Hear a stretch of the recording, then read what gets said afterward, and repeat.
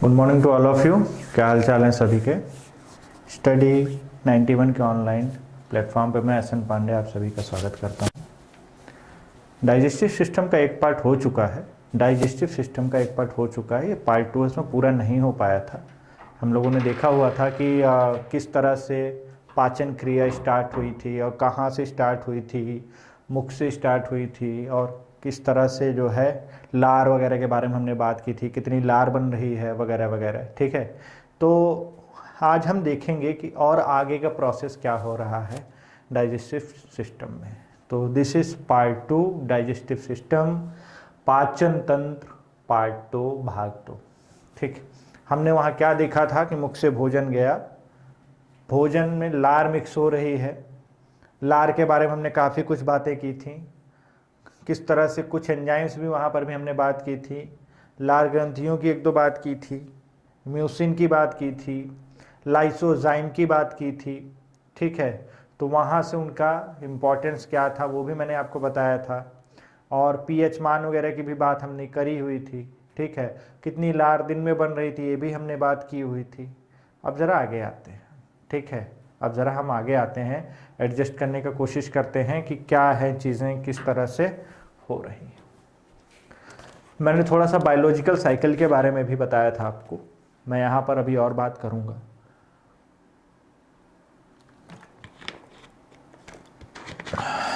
चलिए चलते हैं।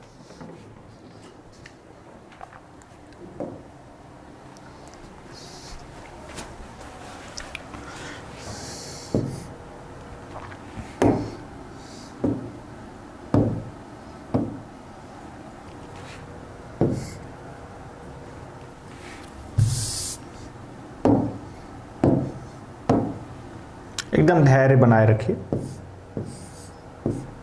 कभी कभी बोरियत लगने लगती है, सही बात है, सबको लगती है, लेकिन इसी बोरियत को अगर आप झेल गए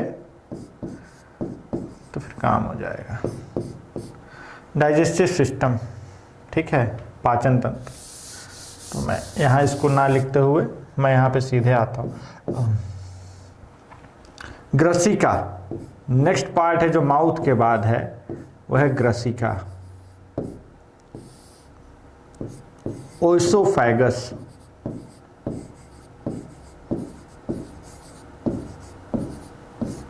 ओइसोफैगस।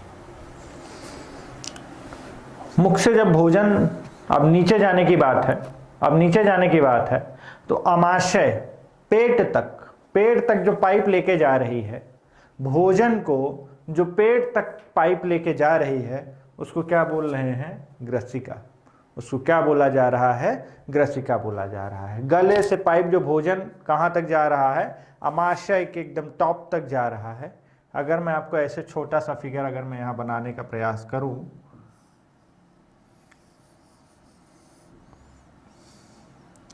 तो अगर यहाँ मुख से जो भोजन जा रहा है,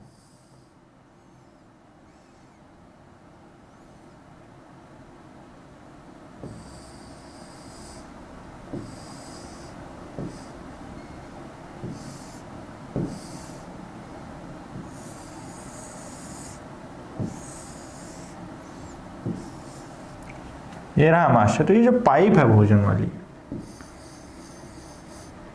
यहां से लेकर के यहां तक, यहां से लेकर के पेट तक की जो पाइप है, यहां तक इसको क्या बोला जा रहा है? इसको बोला जा रहा है ग्रसिका। क्या बोला जा रहा है? ग्रसिका। ठीक है, ग्रसिका बोला जाता है। और इसकी लंबाई जो है तकरीबन 22 से 25 सेंटीमीटर। मान लो एग्जाम में नहीं याद आ रहा है, ऐसे करके नाप लो यार, यहां से लेके यहां तक कितना सेंटीमीटर दिख रहा है। थोड़ा कॉमन सेंस भी लगाया जाता है एग्जाम में, ठीक है, थोड़ा कॉमन सेंस भी लगाया जाता है। क्लियर? तो 22 से 25 सेंटीमीटर लंबाई है, और 20 से 22 मिलीमीटर मोटाई है।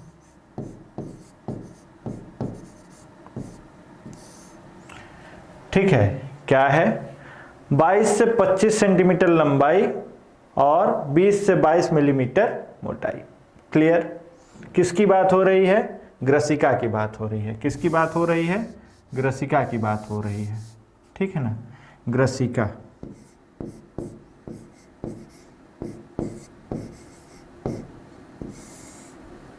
ग्रसिका की बात हो रही है। लंबाई देख लीजिए, यह जरूरी है। फैक्चुअल चीजें आएंगी, डाटा पूछा जाएगा आपसे, डेटा याद रखिए।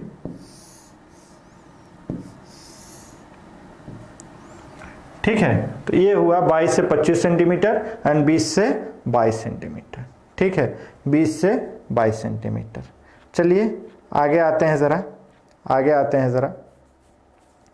याद रखिए आप यहाँ पर कि जो खाना, लार युक्त खाना जो अब इस पाइप से नीचे आ रहा है, जो लार मिली हुई है खाने वगैरह में, जो पूरा भोजन अब यहाँ से गले से उतर रहा है नीचे, उसको क्या बोला जाता है? सलाइवा मिक्स्ड फूड जो है उसको बोलस बोला जाता है। क्या बोला जाता है? बोलस। ठीक है, क्या बोला जा रहा है उसको? बोलस। जो गले से नीचे भोजन उतर रहा है उसको एक नाम दिया जाता है, उसको बोला जाता है बोलस। सलाइवा मिक्स्ड फूड, लार युक्त जो खाना, जो यहाँ भोजन आपने चबाया है वह नीचे जो जा रहा है उसको बोलस बोला जाता है। Saliva mixed food. ठीक है, उसको क्या बोला जा रहा है? बोलस बोला जा रहा है। क्या बोला जा रहा है? बोलस बोला जा रहा है। अब यह आता है, अब यह भोजन जब गले से नीचे उतरता है तो यह ऐसे ऐसे करके जाता है। किस तरह?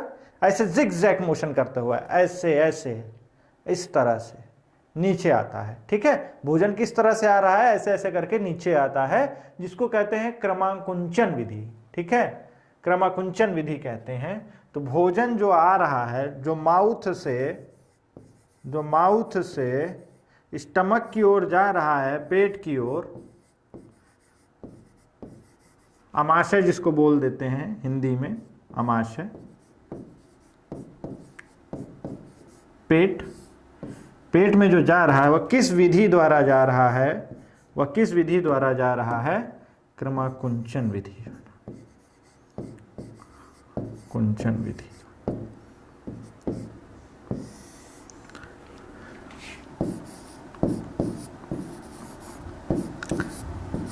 ये जिग जैग मोशन, आप इसको ऐसे कह लीजिए, जिग जैग मोशन।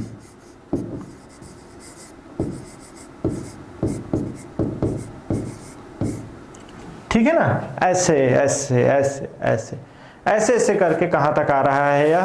यह कहाँ तक आ रहा है? आमाशय में आ रहा है। ठीक है ना, कहाँ पर आ रहा है? आमाशय में आ रहा होता है। ठीक है, आगे आते हैं ज़रा, इसके बारे में और ज़रा बात करते हैं।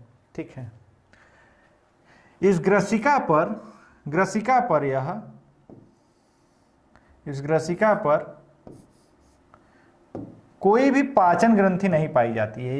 यही एक ऐसा हिस्सा है, ये कितनी जो पाइप है यह, इस पर कोई भी पाचन ग्रंथि नहीं पाई जाती। मतलब यहां से लेकर यहां तक केवल यह भोजन जा रहा है, वहां कोई भी किसी भी प्रकार का पाचन नहीं हो रहा है। जबकि मुख में पाचन हुआ है हल्का, ठीक है, मुख में पाचन स्टार्ट हुआ, लेकिन यहां से यहां तक में कोई भी पाचन ग्रंथियां नहीं है इसके पास।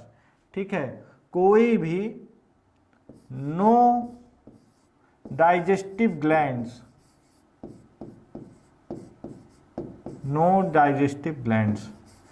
इस ग्रसिका नली पर कोई भी पाचन ग्रंथि नहीं पाई जाती, कोई भी पाचन ग्रंथि नहीं पाई जाती, कोई भी पाचन ग्रंथि नहीं पाई जाती है, कोई भी पाचन ग्रंथि नहीं पाई जाती।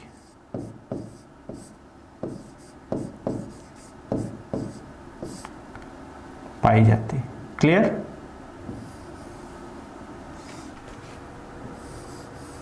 तो याद रखिएगा, इस पर कोई भी पाचन ग्रंथि नहीं पाई जाती।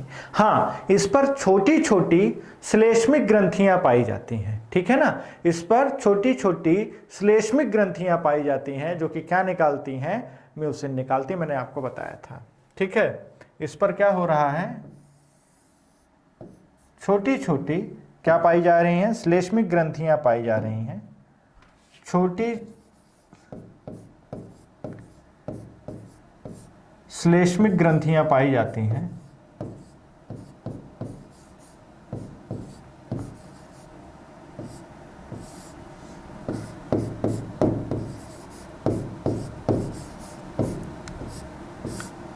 ग्रंथियां पाई जाती हैं, पाई जाती हैं, और जो कि क्या निकालती हैं, जो कि क्या निकालती हैं, म्यूसिन। क्या निकालती हैं, म्यूसिन। क्या निकालती हैं, म्यूसिन निकालती हैं। तो म्यूसिन भी कहाँ से निकल रही, तो यहाँ पर यह म्यूसिन रिलीज होता है, और म्यूसिन लार में चिकनाहट उस भोजन को आसानी से नीचे जाने में हेल्प करेगा, और यह पूरी पाइप को भी प्रोटेक्ट करेगा, यह पूरी पाइप को भी प्रोटेक्ट करता है ताकि इजीली खाना चला जाए और जो है पाइप आपकी एकदम चिकनी बनी रहे। क्लियर है? यह क्या ये बात समझ में आई यहाँ तक? ठीक है, क्या ये सारी बात समझ में आ गई आपको यहाँ तक? ठीक है, मुझे नहीं लग रहा है कि आगे इसमें आपको कुछ भी दिक्कत हो रही होगी। ठीक है, कोई भी दिक्कत हो रही होगी? क्या यहाँ तक सबसे समझ में आ गया सबको? चलिए आगे चलते हैं, हम नेक्स्ट चलते हैं। ठीक है, अब भोजन कहाँ आ गया मेरे भाई, भोजन कहाँ आ गया है, अब अमाशय में अब आ रहा है, पहुंच रहा है, पाइप से अब अमाशय में पहुंच रहा है। तो जरा नेक्स्ट देखते हैं, जरा ये पॉइंट्स याद रखने वाली बात है बस। और अब जरा देखिए आप,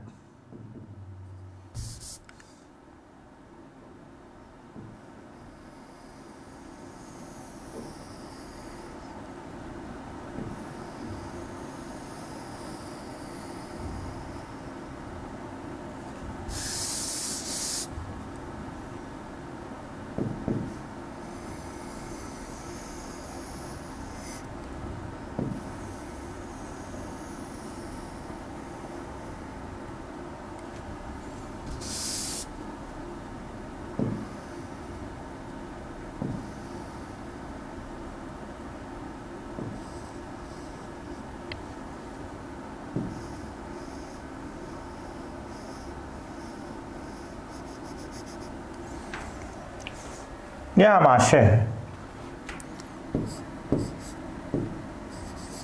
स्टमक।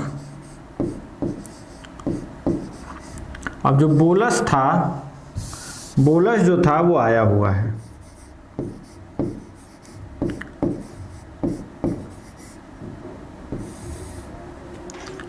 जो बोलस है आपका वो कहाँ आया है, यहाँ आया है। फूड पाइप से क्या आ रहा है यहाँ पर, बोलस।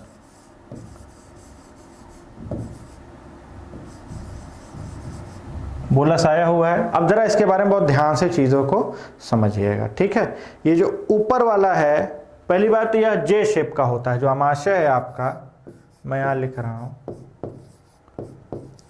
यह किस आकार का होता है, यह जे आकार का होता है।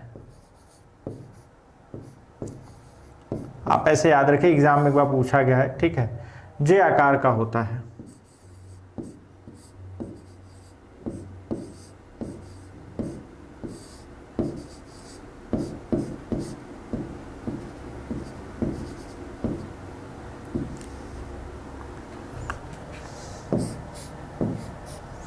ठीक है, और इसमें जो भोजन है, ठीक है, 4 से 5 घंटे तक रहता है।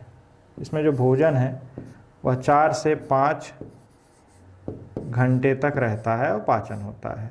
आगे भी थोड़ा बहुत पाचन होता है।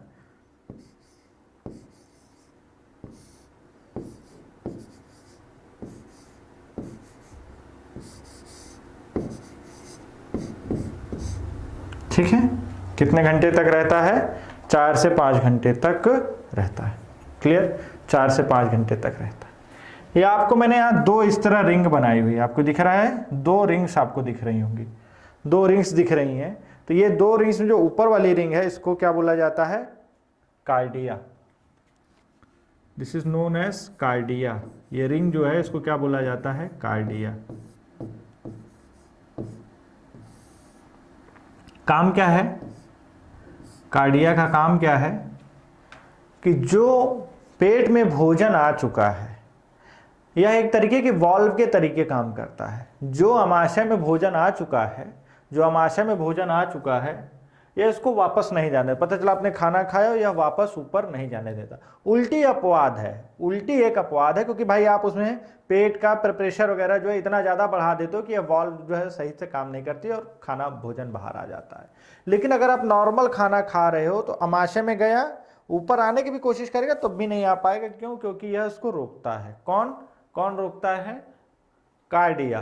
ठीक है, तो यह बैक फ्लो नहीं होने देता है भोजन का। ठीक है, तो यह क्या काम करता है? आमाशय से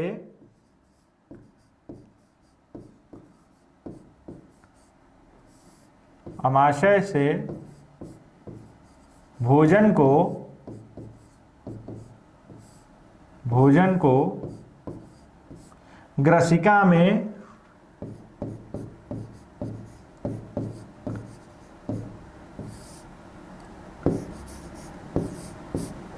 वापस नहीं जाने देता, वापस नहीं जाने देता।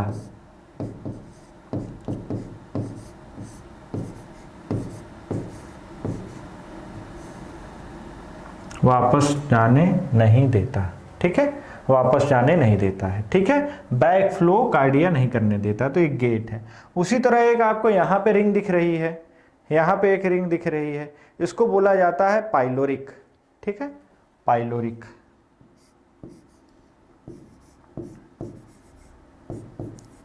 इसको क्या बोला जाता है? पाइलोरिक बोला जाता है।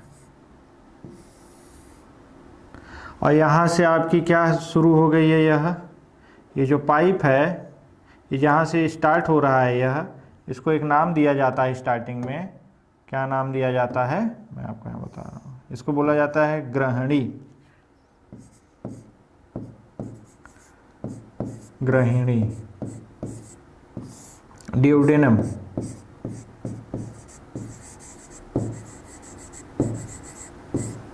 ठीक है, अब यह पाइलोरिक क्या काम कर रहा है? आप ड्यूडेनम का ऐसे बोल दीजिए कि छोटी आंत की शुरुआत है। ड्यूडेनम छोटी आंत की शुरुआत है, आप ऐसे जानिए। ठीक है, और ये क्या काम कर रहा है कि भोजन को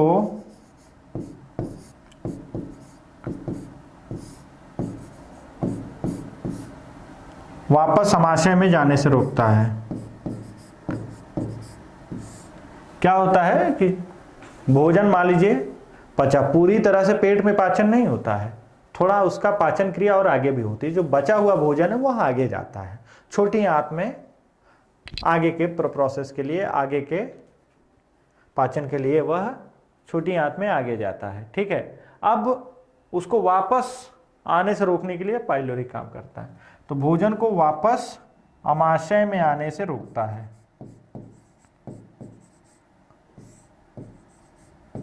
आमाशय में आने से रोकता है। ठीक है, आमाशय में आने से रोकता है।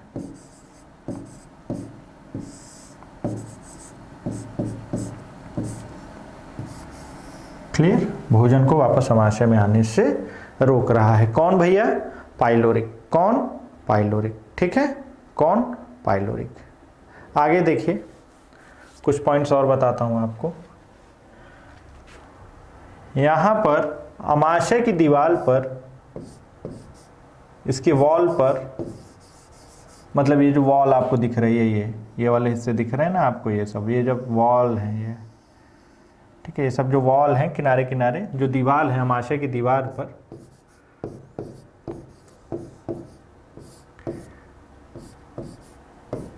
चार करोड़ से अधिक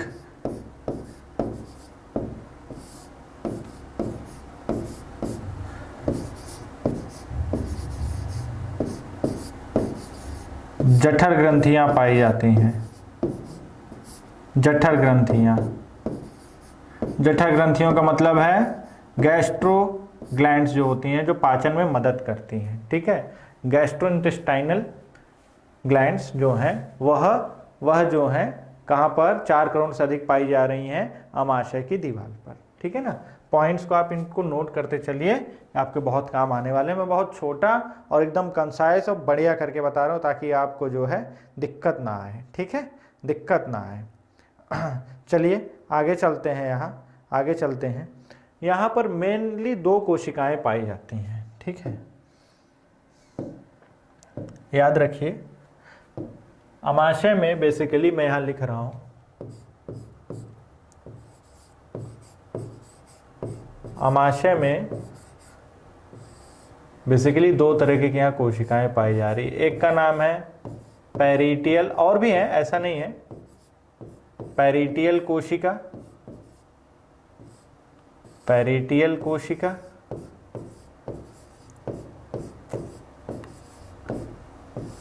और दूसरी है पेप्टिक कोशिका, पेप्टिक।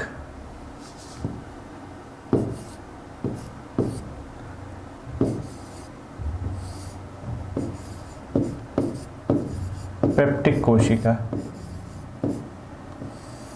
पेरिटियल कोशिका है, पेप्टिक कोशिका। जरा देखिए इनका काम क्या क्या है। तो यहां देखिए, पेरिटियल से निकलता है HCl। क्या निकलता है? HCl निकलता है, हाइड्रोक्लोरिक एसिड, हाइड्रोक्लोरिक अम्ल यहां से निकलता है। कहां से? पेरिटियल कोशिका से। पेरिटियल कोशिका से क्या निकल रहा है? पेरिटियल कोशिका से क्या निकल रहा है मेरे भाई? पेरिटियल कोशिका से क्या निकल रहा है? HCl, ठीक है। पेरिटियल कोशिका से क्या निकल रहा है? HCl। पेप्टिक से जरा देखते हैं क्या निकलता है। पेप्टिक से निकलता है पेप्सिनोजन एंजाइम, पेप्सिनोजन, पेप्सिनोजन, ठीक है। पेप्टिक कोशिका से क्या निकल रहा है? पेप्सिनोजन एंजाइम निकलता है, ठीक है, पेप्सिनोजन एंजाइम। दोनों का काम हम देख रहे हैं जरा। हाइड्रोक्लोरिक एसिड क्या कार्य कर रहा है यहाँ पर? भाई निकला है तो कुछ कार्य करेगा ही। तो यह क्या कार्य करता है? भोजन में मौजूद जीवाणुओं को मारता है। भोजन में मौजूद, भाई मुख में भी मारा जा रहा था लेकिन जो बचे खुचे रह जाते हैं वो यहाँ मारे जाते हैं। भोजन में मौजूद जो बैक्टीरिया हैं, आपको जो बैक्टीरिया हैं, जीवाणु हैं, उनको किल करता है, उनको मारता है। बैक्टीरिया को किल करता है, मारता है, ठीक है। भोजन में मौजूद बैक्टीरिया को क्या कर रहा है? यह किल करता है। क्या बात यहाँ समझ में आई? भोजन में मौजूद बैक्टीरिया को किल करता है, ठीक है, भोजन में मौजूद बैक्टीरिया को किल करता है। और याद रखिए अब एक बात और यहाँ पर, जब पेप्सिनोजन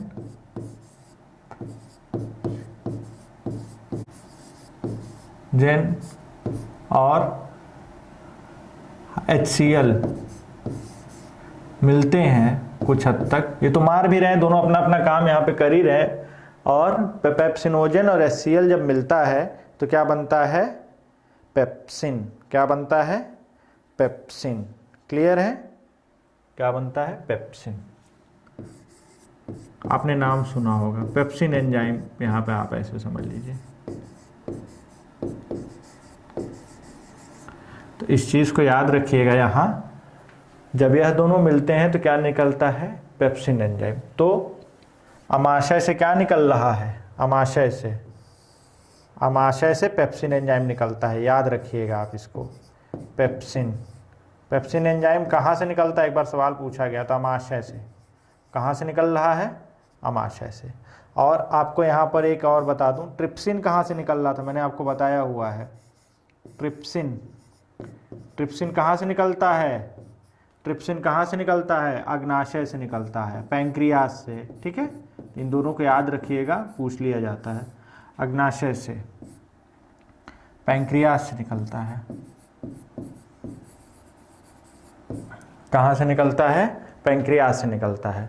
तो ये याद रखिएगा कि जो ट्रिप्सिन है, ट्रिप्सिन कहाँ से निकलता है मेरे भाई, ट्रिप्सिन कहाँ से निकलता है, वह अग्नाशय से निकलता है। कहाँ से निकलता है, अग्नाशय से निकलता है। मैं जानबूझ के ऐसे लिखता हूँ ताकि सारे पॉइंट्स आपको बोर्ड पे मिले, सारे पॉइंट्स आपको बोर्ड पे मिल जाए, एक जगह मिल जाए, ताकि भूले ना आप चीज़ों को देखते भी रह सकते हैं। जब भी मैं पढ़ा रहा हूँ तो और भी पॉइंट्स आपको यहाँ से ईजिली आप देख सकते हैं, ठीक है, आप इजीली देख सकते हैं और सारे पॉइंट्स को, ठीक है। चलिए, तो ये बात यहाँ हुई, यह बात क्या यहाँ पे समझ में आई, ठीक है, क्या बात यहाँ पे समझ में आई। चलें आगे। तो याद रखिएगा, और ये जो पेप्सिन एंजाइम है आपका, पेप्सिन एंजाइम भी अब क्या काम कर रहा है, यह क्या काम करता है, प्रोटीन को तोड़ता है। किसको तोड़ता है, एक्स्ट्रा बता रहा हूँ, प्रोटीन को तोड़ता है, प्रोटीन को तोड़ता है। पेप्सिन एंजाइम क्या काम करता है, प्रोटीन को तोड़ता है, ठीक है, क्या काम करता है, प्रोटीन को तोड़ता है और यहाँ से प्रोटीज बनाता है। क्या बनाता है, प्रोटीज बनाता है, जो कि फर्दर और चीज़ों को जाकर के तोड़ता है, प्रोटीज, ठीक है। तो भैया यहाँ फिर से सुन लीजिए, HCl और ये जब दोनों मिल रहे हैं, कौन, पेप्सिनोजेन और HCl जब मिल रहे हैं तो क्या बन रहा है, पेप्सिन एंजाइम का निर्माण यहाँ कर रहे हैं। और यही क्या काम कर रहा है, प्रोटीन को ब्रेक कर रहा है, तोड़ रहा है, वह फर्दर किस में बन रहा है, प्रोटीन में बन रहा है। ट्रिप्सिन मैंने आपको बताया कहाँ से रिलीज हो रहा है, ट्रिप्सिन कहाँ से रिलीज हो रहा है, अग्नाशय से निकल रहा है, ठीक है। क्या यहाँ तक सारी बातें समझ में आई। पेप्टिक कोशिका से क्या निकल रहा है, यह एंजाइम निकल रहा था। पेरिटियल कोशिका से क्या निकल रहा था, HCl निकल रहा था। समझ में आई बात। HCl का क्या कार्य हो रहा था, मेनली क्या था, फंक्शनिंग क्या थी इसकी, यह थी कि यह जो है भोजन में मौजूद जीवाणुओं को मारेगा। तो यहाँ तक सारी बात समझ में आई होगी, यहाँ तक सारी बातें आपके समझ में आ गई होंगी। चलिए आगे अगर चलें, आगे अगर चल के देखें तो हम क्या देखते हैं। अब यहाँ पे मैं कुछ बातें बता रहा हूँ आपको। यहाँ पर जो म्यूसिन आ रहा है, म्यूसिन की जो परत है यार, ठीक है, म्यूसिन की परत यहाँ पर ऐसे, यह दीवार पर ऐसे चढ़ी रहती है। म्यूसिन की परत मैं ऐसे जानबूझ के बना रहा हूँ ताकि आपको दिखे। यह म्यूसिन की जो परत है यहाँ पर, जो अंदर म्यूसिन है, यह म्यूसिन की परत है, ठीक है, म्यूसिन की परत है। मैं यहाँ बोल भी रहा हूँ, अगर नहीं दिख रहा हो सही से कोई बात नहीं है, पर मैं बोल तो रहा हूँ ना। म्यूसिन जो है, म्यूसिन की एक लेयर पेट पे रहती है, अमाशय पे म्यूसिन की एक लेयर रहती है। होता क्या है कि म्यूसिन जो है यहाँ पर, म्यूसिन का अलग काम है, यह पेट को, अमाशय को HCl के प्रभाव से बचाती है, HCl के प्रभाव से बचाती है, ठीक है। अब मैं आपको यहाँ एक बहुत इंटरेस्टिंग कहानी बताने जा रहा हूँ। मैंने ऑलरेडी पिछले क्लास में भी थोड़ा सा कहीं ना कहीं डिस्कस किया हुआ है। I am talking about biological cycle और बायोलॉजिकल क्लॉक, ठीक है। आपके शरीर को एक समय की आदत पड़ी हुई है, इसके लिए नोबेल पुरस्कार भी लोगों को मिला हुआ है बायोलॉजिकली, ठीक है। मेडिसिन में जो है नोबेल पुरस्कार मिला हुआ है। क्या कहता है बायोलॉजिकल साइकिल, क्या कहता है, और वहाँ किस तरह से HCl और म्यूसिन अपना काम कर रहे हैं, जरा उसको भी जरा आप सुनिए। बायोलॉजिकल साइकिल में यार यह हो रहा है कि आपके शरीर को समय पता है। मान लीजिए आप सुबह 8 बजे शाम को 8 बजे सोते हैं, सुबह 4 बजे उठ जाते हैं, निरंतर फॉलो किए हुए हैं अगर, ठीक है, निरंतर फॉलो किए हुए हैं, और आप वहीं से शहर पे चले जाइए, जगह चेंज कर दीजिए, आप रात के 10 बजे सोइए, तब भी आपकी नींद कितने बजे खुल जाएगी, आज भोर के 4 बजे खुल जाएगी, ठीक है। नो डाउट आपके शरीर के हिसाब से आपकी नींद नहीं पूरी हुई, लेकिन जो समय बंधा हुआ है उस पर वो नींद खुल जाएगी। ठीक उसी प्रकार से भोजन शरीर का कब कब मिल रहा है, उसी हिसाब से अमाशय और जो अन्य ग्रंथियां हैं आपकी, वह कार्य कर रही होती हैं। अगर आप सुबह 8 बजे भोजन लेते हैं तो करेक्ट 8 बजे जो है आपके शरीर में पाचन जूस जो है वह छोड़ दिए जाते हैं, ठीक है, वह छोड़ दिए जाते हैं ताकि भोजन आसानी से पच जाए। और गलती से अगर आपने 8 बजे भोजन नहीं किया, आप 11 बजे कर रहे हो, 12 बजे कर रहे हो, 1-2 दिन चल जाएगा। अगर आपने अपना चेंज कर लिया भोजन, चलिए मान लीजिए ठीक है, लेकिन अगर कोई समय सीमा ना रही कि आप कभी 12 बजे ले रहे हो, कभी सुबह ही 6 बजे ले रहे हो, कभी 2 बजे ले रहे हो, इससे गैस की प्रॉब्लम हो जाएगी। इससे क्या हो जाएगा, गैस की दिक्कत हो जाएगी। क्यों हो जाएगी गैस की दिक्कत, वो मैं आपको थोड़ा सा समझा रहा हूँ, 2 मिनट सुन लीजिए, आपके लिए बहुत फायदेमंद है। जो लोग इस तरह का रूटीन फॉलो करते हैं कि चलो शाम को खा लिए तो ये समय खा लिए, उस समय खा लिए, ये बड़ा डेंजरस है। क्यों, मान लीजिए आप सुबह 8 बजे भोजन करते हैं तो सारे के सारे जूसेस जो हैं, जो कि आपके भोजन को क्या कर रहे हैं, पचा रहे हैं, तो वह उस समय रिलीज हो गए आपके आमाशय में। लेकिन अगर आपने टाइमिंग चेंज कर दी, लेकिन शरीर को तो वही टाइम पता है ना, वह उसी समय जूस निकाल देगा, उस समय HCl भी निकलेगा, वगैरह वगैरह और चीजें निकलेंगी। लेकिन जब वहां कुछ है ही नहीं, क्योंकि आपने भोजन लिया ही नहीं है, लेकिन शरीर का तो टाइम फिक्स था ना उसी समय का लेने का, लेकिन आपने नहीं लिया, लेकिन फिर शरीर क्या काम कर रहा है, वहां पे जूसेस तो निकालेगा ही निकालेगा, क्योंकि उसको आदत पड़ी हुई है। अब वह क्या काम किया, उसने जूसेस निकाला, पेट में तो कुछ है ही नहीं, तो क्या काम करता है, पेट की दीवार को यह हल्का सा पचाने लगता है, पेट की दीवार को ही डाइजेस्ट करने लगता है, क्योंकि वहां कुछ नहीं है। HCl वगैरह पेट की दीवार को जलाने लगेंगे। यह म्यूसिन की परत क्या करती है, आमाशय की दीवार को HCl से बचाती है। लेकिन कब तक बचाएगी, ठीक है, अरे 15 दिन, 20 दिन, 1 महीना, बस इतना ही ना, इतना ही।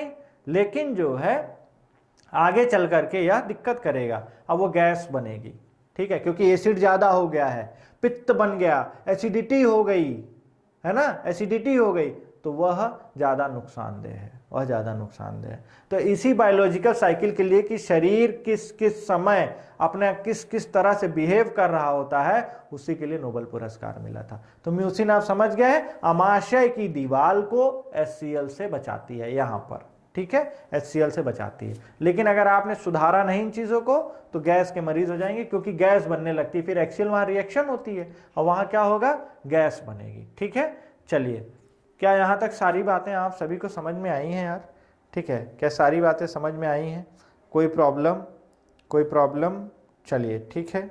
अच्छा, एक हार्मोन होता है जिसको गैस्ट्रोन हार्मोन कहते हैं, क्या बोलते हैं, गैस्ट्रोन हार्मोन, नोट कर लीजिएगा कहीं, यह हमें भूख दिलाता है। गैस्ट्रोन हार्मोन जो है यह हमें भूख का एहसास कराता है कि भूख लग गई है भैया, भूख का एहसास कराता है।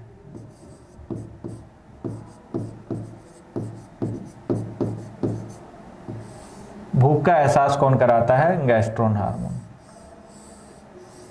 ठीक है, गैस्ट्रोन हार्मोन जो है आपका भूख का एहसास कराता है। क्या यहां तक आमाशय से संबंधित सारी बातें समझ में आई। जो मैंने अभी, देखो मैंने भी कुछ नहीं खाया है, मुझे भी कच्ची डकारें आ रही हैं, है ना, टाइम, इसलिए थोड़ा सा प्लीज मेंटेन कर लीजिए। ना ही सही सुबह आप खाली पेट पानी ही पी लो, ढेर सारा पानी पी लो, उससे शरीर को कुछ नुकसान नहीं होगा, जबकि जो एसिड बना हुआ है वह नॉर्मल हो जाएगा, ठीक है। चले आगे चले, चलिए, तो ये हो गया आमाशय। अब आमाशय में जितना देर भोजन का पाचन होना था, जो होना था वो हो गया, जूसेस मिल गए अपना, और वहां से जो है आगे निकल के आना है हमको, ठीक है, वहां से हमको आगे निकल के आना है। चलिए आगे आते हैं। अब हम आ रहे हैं कहां पर, अब हम आ रहे हैं हमारा जो है छोटी आंत पर आते हैं। अब हम किस पर आ रहे हैं मेरे भाई, छोटी आंत पर आते हैं, ठीक है। चलिए जरा आगे आते हैं, छोटी आंत, स्मॉल इंटेस्टाइन।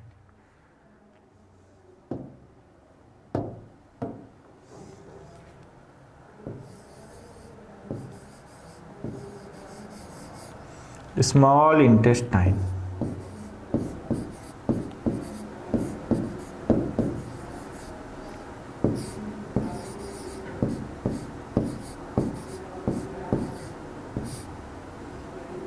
छोटी आंत,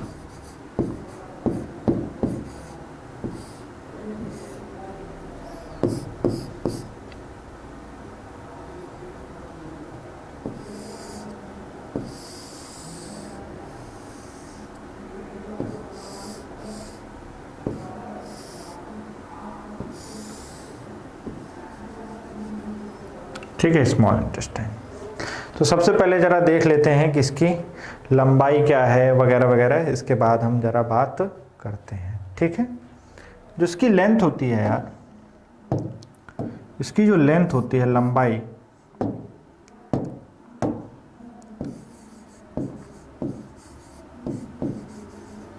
लेंथ है 6 से 6.5 मीटर रहती है।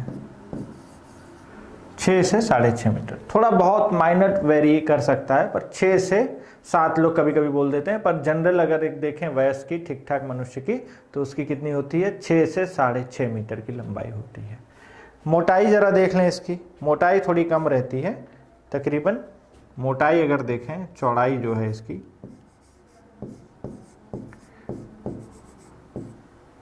मोटाई तकरीबन 3.5 सेंटीमीटर की रहती है। तकरीबन क्या रहती है, 3.5 सेंटीमीटर रहती है। आगे ज़रा देखते हैं, जो अमाशय से भोजन, जो जिसका कुछ हद तक पाचन हो चुका है, उसको क्या बोलते हैं, जो अंदर यहाँ पर आ रहा है वो बोला जा रहा है काइम। मुख से जो आया उसको बोलस, और यहाँ पे जो आया उसको क्या बोला जाता है, काइम। तो जो भोजन है आपका, जो भोजन है, जो भोजन अमाशय से, भोजन अमाशय से कहाँ आ रहा है, छोटी आंत में आ रहा है, स्मॉल इंटेस्टाइन में आ रहा है, स्मॉल इंटेस्टाइन में आ रहा है, उसको क्या बोला जाता है, काइम। क्या बोला जाता है, काइम।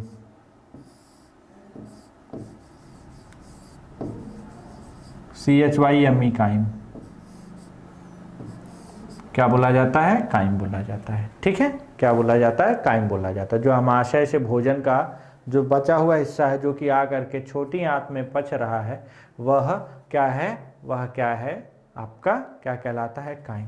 तो भोजन का पूर्ण रूप से पाचन यहीं पर होता है। भोजन का पूर्ण रूप से पाचन कहाँ पर होता है, छोटी आंत में होता है। भोजन का पूर्ण रूप से पाचन कहाँ होता है,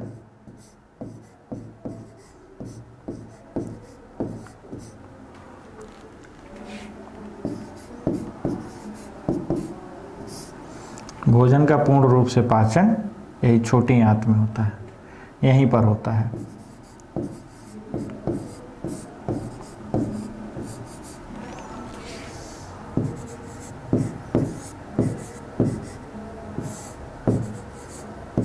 क्लियर? भोजन का पूर्ण रूप से पाचन कहाँ होता है, यहीं पर होता है। छोटी आंत में ही छोटे छोटे रेशे पाए जाते हैं। ठीक है, मैं यहाँ बता दे रहा हूँ आपको।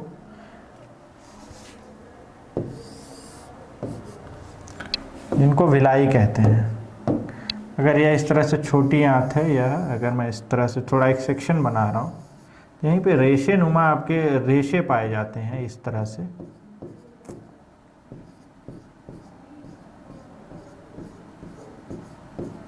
ये जो रेशे नुमा स्ट्रक्चर है, इसको क्या बोला जाता है, यही इनको बोला जाता है विलाई, VILLI।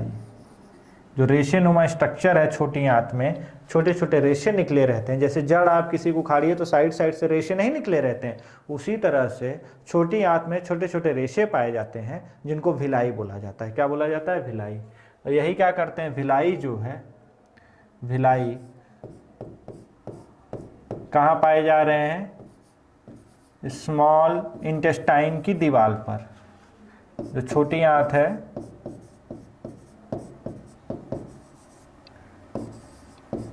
की दीवार पर।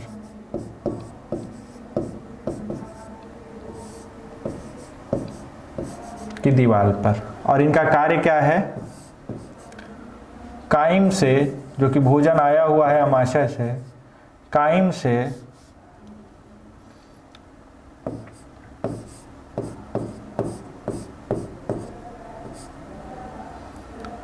और इनका कार्य क्या है, काइम से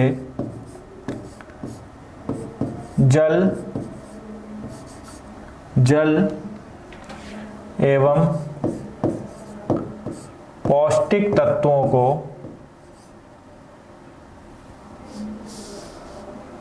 मतलब वाटर और जो खनिज पदार्थ हैं आपके प्लस खनिज पदार्थ जो है मिनरल्स को एब्जॉर्ब करना, खनिज पदार्थों को सोखना या खनिज पदार्थों को एब्जॉर्ब करना, सोख लेना, है ना। समझ में आ रही बात। तो यह कि कौन कर रहा है, यह विलाई कर रहा है, यह विलाई कर रहा है, ठीक है, यह विलाई कर रहा है। आगे जरा कुछ बातें मैं और आपको बता रहा हूँ, आपका कुछ और यहीं पर क्या हो रहा है, एब्जॉर्प्शन हो रहा है, एब्जॉर्ब हो रहा है, ठीक है। तो आपने स्टेप्स पढ़े होंगे ना, मैंने आपको बताया था क्या, पहला अंतःग्रहण, पहला क्या हो रहा था, अंतःग्रहण, दूसरा डाइजेशन, तीसरा क्या हो रहा है, तीसरा एब्जॉर्प्शन, सोखना, अवशोषण, एब्जॉर्प्शन, चौथा एसिमिलेशन, स्वांगीकरण, और जो पांचवा हो रहा होता है वो क्या हो रहा होता है, बहिष्करण, एक्सक्रेशन। ये पूरा प्रोसेस हो रहा था, पूरा पाचन 5 चरणों में हो रहा था। तो एब्जॉर्प्शन होता है यहाँ छोटी आंत में, क्या हो रहा है, एब्जॉर्प्शन हो रहा है। और इसके बाद एसिमिलेशन बॉडी के अंदर होता है, जो कि मेटाबॉलिज्म प्रोसेस है, जो कि इस केस में ऊर्जा निकल रही है, वो अलग चीज़ है, ठीक है। उसके बारे में हमको इतना कुछ देखना नहीं है। क्या आपको यहाँ सारी बातें समझ में आ रही हैं, क्या आपको यहाँ सारी बातें समझ में आ रही हैं। चलिए नोट करते चलिएगा, इन सारे पॉइंट्स जो मैं यहाँ लिख रहा हूँ सारों को नोट करते चलिएगा। चलिए मैं आगे आपको यहाँ कुछ और बातें भी बता रहा हूँ। जहाँ पर आगे ज़रा देखिएगा, जहाँ पर देखिएगा कुछ हमारे बॉडी में अवशेषी अंग होते हैं, जिनके निकालने पर शरीर पे बहुत ज़्यादा फर्क नहीं पड़ेगा। बहुत ध्यान से सुनिए, मैं बहुत इंपॉर्टेंट चीज़ बता रहा हूँ आपको। शरीर का जब धीरे धीरे एवोल्यूशन हुआ, हो सकता है पहले लोग कहते थे कि जो है आदमी बंदर हुआ करता था, जो बातें साइंस में जो कि प्रूव्ड भी हैं। तो मान लीजिए बंदर की पूंछ रही होगी, तो जो मनुष्य में कन्वर्ट हुआ उसकी पूंछ हट गई, वगैरह वगैरह। इस तरह से जो चेंजेस होते आ रहे हैं, जो चेंज होता आ रहा है, हो सकता है पहले के मानव के दांत 32 की बजाय 36 होते हों, ठीक है। मैं एक बात बता रहा हूँ, तो ज़रूरत के अनुसार बॉडी चेंज हो रही है, टाइम के साथ साथ चेंज हो रही है। तो उसको जितने अंगों की ज़रूरत है, जो उसके काम है, सिर्फ वो उन्हीं को रख रही है, बाकी चीज़ें जो हैं निकाल दी जाती हैं। जैसे अगर मैं आपको कहूँ, जैसे 2 किडनियाँ हैं, हालांकि यहाँ अवशेषी अंग नहीं है, 2 किडनियाँ हैं, क्या एक आदमी एक किडनी के ऊपर भी जिंदा रह सकता है, रह पा रहा है ना। तो आप उसको एक तरीके से अवशेषी अंग एक तरीके से बोलता है नहीं, मैं आपको एक एग्जांपल दे रहा हूँ बस, ठीक है। जैसे गाल ब्लैडर है, पित्ताशय है, गाल ब्लैडर में क्या हो जाती है, पथरी, स्टोन हो जाती है। कभी कभी इतनी बड़ी हो जाती है कि पूरा का पूरा गाल ब्लैडर निकालना पड़ता है, क्योंकि वहां पर दवा जाने की जगह नहीं होती है कि वह सही हो पाए, पथरी निकल पाए। बात समझिए आप, ठीक है। तो पूरा का पूरा गाल ब्लैडर निकाल दिया गया। अब जब गाल ब्लैडर ही निकाल दिया गया पूरा का पूरा, तो ये बताइए अब वह पित्त रस जो बन रहा था यकृत के द्वारा, वह कहाँ इकट्ठा होगा, पित्ताशय में इकट्ठा होता था गाल ब्लैडर में। लेकिन अब इकट्ठा तो हो नहीं पा रहा है, अब इकट्ठा तो हो नहीं पा रहा है मेरे भैया। अब जब इकट्ठा ही नहीं हो पा रहा है तो पाचन कैसे होगा सही से। उसके लिए भी इलाज है कि इकट्ठा नहीं हो पा रहा है, लेकिन यकृत तो बना रहा है, तो यकृत धीरे धीरे बना रहा है, इकट्ठा नहीं होगा बस। तो आपको क्या काम करना पड़ेगा कि जो भोजन आप इकट्ठा कर रहे थे वो आपको हल्का सा पार्ट पार्ट में करके, मतलब थोड़ा अभी खा लो, थोड़ा 3 घंटे बाद खा लो, फिर थोड़ा 4 घंटे बाद, इस तरह करके खाते रहो तो काम हो जाता है। तो कुछ अवशेषी अंग होते हैं जिनको निकालने पर शरीर पे बहुत ज़्यादा फर्क नहीं पड़ता है, ठीक है। उसी तरह आपने एक सुना होगा, आपने अपेंडिक्स का ऑपरेशन सुना होगा। किसका सुना होगा, अपेंडिक्स का ऑपरेशन सुना होगा, ठीक है। अपेंडिक्स जरा मैं बताता हूँ उसको क्या बोलते हैं। वर्मीफॉर्म अपेंडिक्स बोला जाता है, वर्मीफॉर्म अपेंडिक्स। इसको बहुत ज़्यादा आपको याद करने की जरूरत नहीं, मैं आपको बता दे रहा हूँ। वर्मीफॉर्म अपेंडिक्स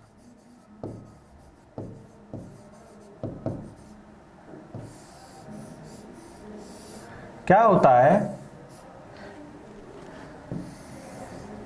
यह इस तरह का उभार होता है।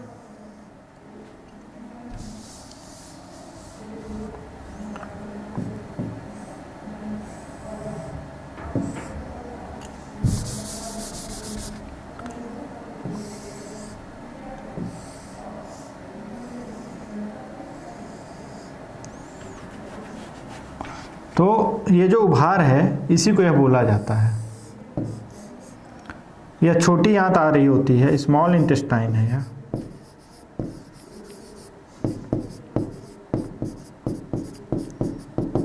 और यह लार्ज इंटेस्टाइन, अभी मैं लार्ज इंटेस्टाइन के बारे में बात कर रहा हूँ।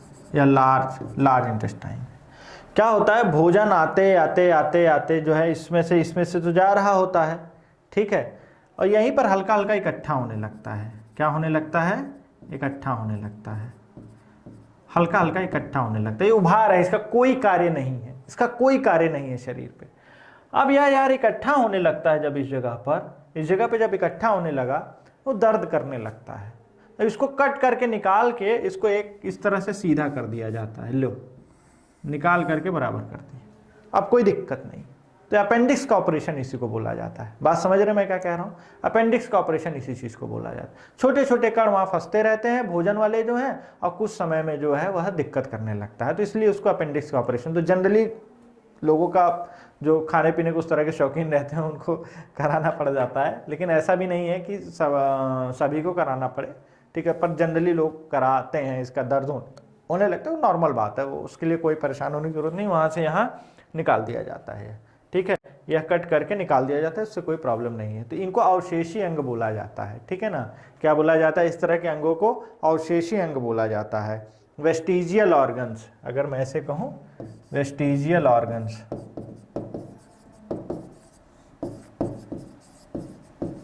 इनको वेस्टिजियल ऑर्गन्स बोला जाता है।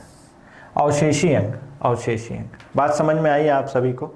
सारी बात उम्मीद कर रहा हूँ सबको समझ में आई होगी कि यह किस तरह से क्या चीज़ हो रही है, ठीक है। अच्छा, एक नाम याद रखिएगा आप, सीकम। सीकम एक नाम याद रखिएगा इसमें, सीकम, SESAECUM, सीकम। जहाँ स्मॉल इंटेस्टाइन और लार्ज इंटेस्टाइन जुड़ती हैं, उस जगह को क्या बोला जा रहा है, उस पार्ट को क्या बोला जा रहा है? सीकम बोला जाता है। जहाँ स्मॉल इंटेस्टाइन और लार्ज इंटेस्टाइन जुड़ती हैं उसको क्या बोला जाता है? सीकम बोला जाता है। क्लियर? सारा पॉइंट समझ में आ रहा है? सारा पॉइंट समझ में आ रहा है? मैंने कुछ ज़्यादा एक्स्ट्रा बातें बता दी हैं, हो सकता है आपके काम की ना हो, लेकिन फिर भी ठीक है। बड़ी आंत में आप याद रखिएगा, ठीक है, बड़ी आंत में आज आ जाते हैं थोड़ा सा, यहीं पे मुझे ज़्यादा नहीं बताना है इसमें। लार्ज इंटेस्टाइन, एक दो बातें बात करनी है हमको। लार्ज इंटेस्टाइन, लार्ज इंटेस्टाइन, बड़ी आंत जो है, ठीक है ना, बड़ी आंत की लंबाई, बड़ी आंत की लंबाई कितनी होगी? आइडिया है किसी को? देखिए तकरीबन 1.5 मीटर रहती है। इसकी जो लंबाई रहती है, लेंथ जो रहती है, जो इसकी लेंथ रहती है वो तकरीबन 1.5 मीटर की रहती है। कितने मीटर की रहती है? 1.5 मीटर की। और जो चौड़ाई रहती है, ब्रेड्थ, जिसकी चौड़ाई रहती है ब्रेड्थ, वो 4 से 7 सेंटीमीटर की रहती है। कितने की है? 4 से 7 सेंटीमीटर की। ये वाला याद रखिएगा, बहुत इंपॉर्टेंट है। लंबाई 1.5 मीटर, चौड़ाई तकरीबन 4 से 7 मीटर। चौड़ाई कितनी है? 4 से 7 मीटर, 4 से 7 सेंटीमीटर, आई एम सॉरी। लंबाई 1.5 मीटर, चौड़ाई 4 से 7 सेंटीमीटर। क्लियर है बात यहाँ पर? क्लियर है। अब जरा इसमें और चीज़ें आप देख लीजिए, कुछ चीज़ें और देख लीजिए आप, ठीक है। रेक्टम और कॉलन, ठीक है, रेक्टम, इसके दो पार्ट जो हैं, रेक्टम एंड कॉलन। रेक्टम का मतलब है मलाशय, जहां से मल बाहर निकल रहा है, ठीक है। और कॉलन है आपका बृहदांत। तो आपसे एक बार ये पूछा गया है कि भैया रेक्टम, रेक्टम किसका पार्ट है? रेक्टम किसका पार्ट है? रेक्टम है बड़ी आंत का पार्ट। कॉलन भी किसका पार्ट है? कॉलन। एक्चुअली नाम यही आते हैं, रेक्टम पूछता है, मलाशय बोल देगा तो सीधा सीधा लोग पकड़ लेंगे यार, तो उसके पास भी दिमाग है ना, तो वह ऐसे शब्द देता है इंग्लिश वाले कि आपको जो है समझने में थोड़ी सी दिक्कत हो, ठीक है, समझने में थोड़ी सी दिक्कत हो। तो यह रहा आपका पाचन तंत्र। यहाँ से जितने पॉइंट्स बन सकते थे मैंने बनाए हुए हैं, ठीक है। बाकी कुछ इक्का दुक्का जो है मैंने आपको प्रैक्टिस सेट के लिए रखा हुआ है थोड़ा सा, ठीक है। प्रैक्टिस सेट में आपको प्लीज़ आपसे हाथ जोड़ के निवेदन है, इधर मत करे रहना, एक को क्लास मत देखे रहना, पर जो प्रैक्टिस सेट कराऊंगा प्लीज़ वो देख लेना। प्रैक्टिस सेट मैं ही पूरा कराऊंगा आपका, किसका? जीएस का सेक्शन का प्रैक्टिस सेट मैं पूरा कराऊंगा, और तकरीबन हम कराएंगे, नीरज सर वो कराएंगे, दो लोग मिलकर प्रैक्टिस सेट वो पूरा कराएंगे आपका, ठीक है। प्रैक्टिस सेट का मतलब है कि यार क्वेश्चंस रहेंगे सामने, ठीक है। मेरे भी सेक्शन के रहेंगे और अदर भी जीएस सेक्शन के रहेंगे। नितिन सर कराएंगे आपका करंट अफेयर्स वगैरह कराएंगे, वो उनका सेक्शन है, वो देखेंगे, बहुत अच्छे से देखेंगे, ठीक है। तो जीएस का पोर्शन हम लोग कुछ हद तक देखेंगे, क्वेश्चंस आपको सॉल्व कराएंगे, प्रैक्टिस आपकी करा रहे हैं, ठीक है, प्रैक्टिस करा रहे हैं आपको, तो आप वहाँ पे प्लीज़ जो है ज़्यादा फोकस करके देखिएगा, वो ज़्यादा ज़रूरी रहेगा, ठीक है बात। तो क्या यहाँ तक सारी बातें यार समझ में आई हैं? उम्मीद कर रहा हूँ कि ये सारी चीज़ें समझ में आई हैं। चलिए आइए थोड़ा सा रिविज़न कर लिया जाए।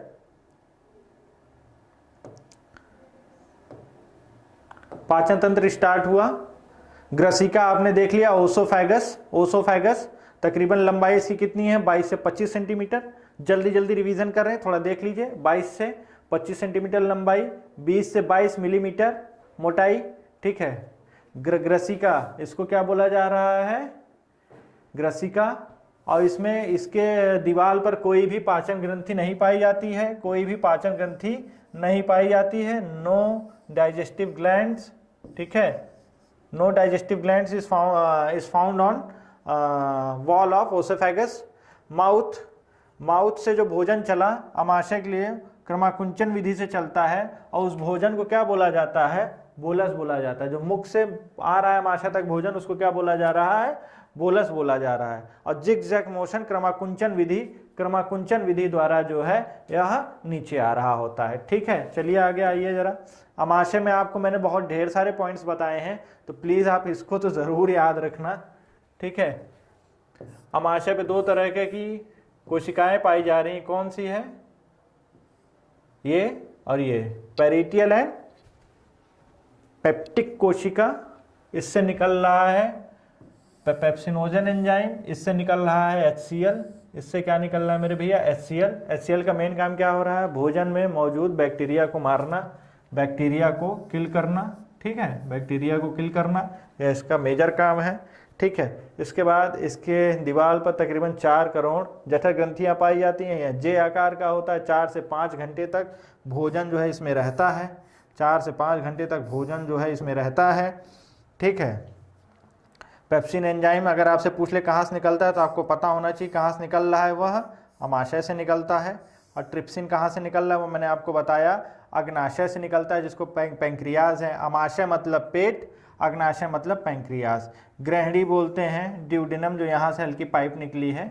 बोलस भोजन आया इसमें, कार्डिया ऊपर वाला पाइप, ये मैंने बताया है कि ऊपर ओसोफेगस में जाने से भोजन को रोकता है। और यह वाला जो है डक्ट जो है, यह छोटी आंत से पेट में जाने से रोकता है भोजन को, ठीक है। यह दोनों मिलते हैं, यह दोनों मिलते हैं तो इसका निर्माण करते हैं, किसका? पेप्सिन का। यह प्रोटीन को क्या करता है? ब्रेक करता है, और फर्दर क्या बनाता है? प्रोटीज बनाता है, या बाद में और चीज़ों को कन्वर्ट करता है, ठीक है। यहाँ तक समझ में आई बात, ठीक है, यहाँ तक समझ में आई। यह आपने देख ही लिया। स्मॉल इंटेस्टाइन, छोटी आंत, लंबाई तकरीबन 6 से 6.5 मीटर, मोटाई तकरीबन 3.5 सेंटीमीटर। भोजन का पूर्ण रूप से पाचन कहाँ हो रहा है? भोजन का पूर्ण रूप से पाचन यहीं पर हो रहा है, ठीक है ना। और सीकम है ये CAECUM, जहाँ पर बड़ी आंत और छोटी आंत जुड़ी रहती हैं उसको बोला जाता है इंटेस्टाइन। मैंने आपको बताया कि किस तरह से जो है अपेंडिक्स जो था, जो कि यहाँ पर था, जिसको वर्मीफॉर्म अपेंडिक्स कह रहे थे, उभार था इस तरह से, यहाँ पे चीज़ें इकट्ठा हो रही थी, उसको कट करके निकाल देते हैं, कोई प्रॉब्लम नहीं आती है। और इन चीज़ों को जो अवशेषी अंग होते हैं उनको क्या बोला जाता है, वेस्टिजियल ऑर्गन बोला जाता है, वेस्टिजियल ऑर्गन बोला जाता है। छोटी आंत की दीवार पर जो है जो भोजन अमाशय से छोटी आंत में जा रहा होता है उसको क्या नाम दिया गया है, काइम बोला जाता है।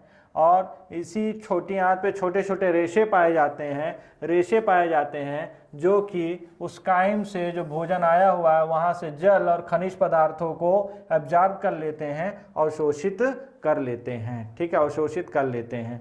आप देख रहे हैं लार्ज इंटेस्टाइन में की लंबाई तकरीबन क्या है, 1.5 मीटर है, 1.5 मीटर है, और चौड़ाई तकरीबन कितनी है, 4 से 7 सेंटीमीटर है। रेक्टम मतलब मलाशय, यह इसका पार्ट है, किसका, लार्ज इंटेस्टाइन का पार्ट है। और कॉलन बृहदान्त्र भी किसका पार्ट है, लार्ज इंटेस्टाइन का पार्ट है, ठीक है। तो यहाँ पर पाचन तंत्र आपका पूर्ण रूप से कंप्लीट होता है। जितना पढ़ा दिए हैं उतना सफिशिएंट है एग्जाम के लिए, ठीक है। और कुछ आपके कॉमन सेंस भी आते हैं यार, मैंने बीच में बायोलॉजिकल साइकिल की भी बात की, वो भी इंपॉर्टेंट है, तो प्लीज़ उसको ज़रा अच्छे से मैनेज करना है आपने, ठीक है। तो चलिए अब हम नेक्स्ट लेक्चर में देखते हैं क्या लेके स्टार्ट करेंगे। तो यहाँ पर आपका पाचन तंत्र जो है वह कंप्लीट हो गया है। नेक्स्ट टॉपिक हम स्टार्ट करेंगे कुछ और, ज़रा देखते हैं क्या स्टार्ट करेंगे। प्लीज़ इसको अच्छे से रिवाइज कर लीजिए, सब लोग नोट्स अच्छे से बना लीजिए। अब मैंने सुंदर सुंदर लिख तो दिया है, अब आप सुंदर सुंदर उसको लिख लें, याद कर लें सुंदर तरीके से, तो ज़्यादा बेटर रहेगा, ठीक है। तो चलिए आज का लेक्चर यहीं स्टॉप करता हूं मैं, ठीक है। मिलते हैं हम लोग नेक्स्ट क्लास में। और प्लीज़ आप लोग के पास समय कम है तो थोड़ा जल्दी जल्दी रिवीजन पे ध्यान दीजिए, ठीक है। पूरा हम करा ही देंगे, उसके लिए हमें कोई परेशानी नहीं है, ठीक है। उसके लिए मुझे कोई दिक्कत नहीं है, पूरा आपको सारे लेक्चर्स मिल जाएंगे, ठीक है। तब तक के लिए बहुत बहुत धन्यवाद। कल मुलाकात करते हैं हम लोग, ठीक है, कल मुलाकात करते हैं, चलिए ठीक है।